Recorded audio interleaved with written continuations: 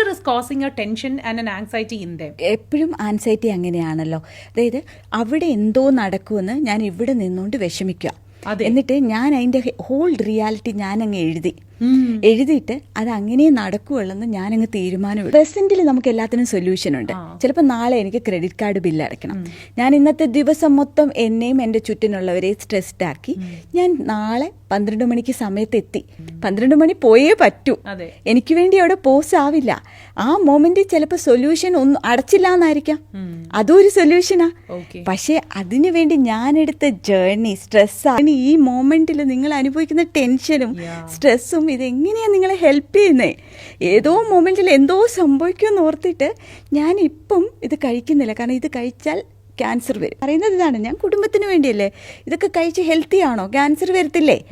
എല്ലാത്തിനും അവർക്കൊരു വാലിഡേഷൻ വേണം. അത് ഒരാടെ നിന്നല്ല. ഓക്കെ, കടയിൽ പോകുന്നു, വണ്ടി ബുക്ക് ചെയ്യുന്നു, വണ്ടി ഇഷ്ടപ്പെട്ടു, ടെസ്റ്റ് ഡ്രൈവ് എല്ലാം നടത്തി, വീട്ടിൽ വന്നിട്ട് 10 പേരെ ഫോൺ ചെയ്യും.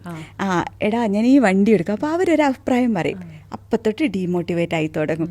പിന്നെ യൂട്യൂബിൽ നോക്കും, കോൺസിക്വൻസസ് മാത്രമേ നോക്കത്തുള്ളൂ. അവരുടെ തോട്ട്സ് എപ്പോഴും കോൺസിക്വൻസസ്, അത് ദ വേഴ്സ്റ്റ് കേസ് സിനാരിയോ ആയിരിക്കും അവരുടെ മുന്നിൽ. Mind power.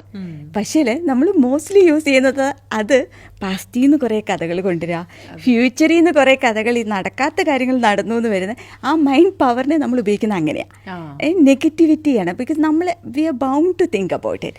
നമ്മളെപ്പോഴും നെഗറ്റീവാണ് നമുക്ക് കേൾക്കാൻ. അതും ഹ്യൂമൻ്റെ ഒരു ബേസിക് നേച്ചറാണ്. Maybe that is why negative news ആണല്ലോ ഏറ്റവും കൂടുതൽ ഇന്ന് സെല് ചെയ്യുന്നത്. ഈസ്റ്റ് ആയിട്ട് വെച്ച് കഴിഞ്ഞാൽ idle mind is A devils workshop എന്ന് പറയുന്ന പോലെ ഐഡിൽ മൈൻഡ് ഒരു ആങ്സൈറ്റിയിലേക്ക് നയിക്കുന്നു എന്ന് പറയുന്നത് ശരിയാണോ? മോസ്റ്റ് ഓഫ് ദ കേസസിൽ ആൻസൈറ്റി ഉള്ളവർക്ക് അതൊരു മേജർ റീസൺ ആണ് എന്ന് പറഞ്ഞ് നമ്മൾ അവരെ ബിസി ആക്കുമ്പോഴും അവർ എക്സോസ്റ്റഡ് ആവും.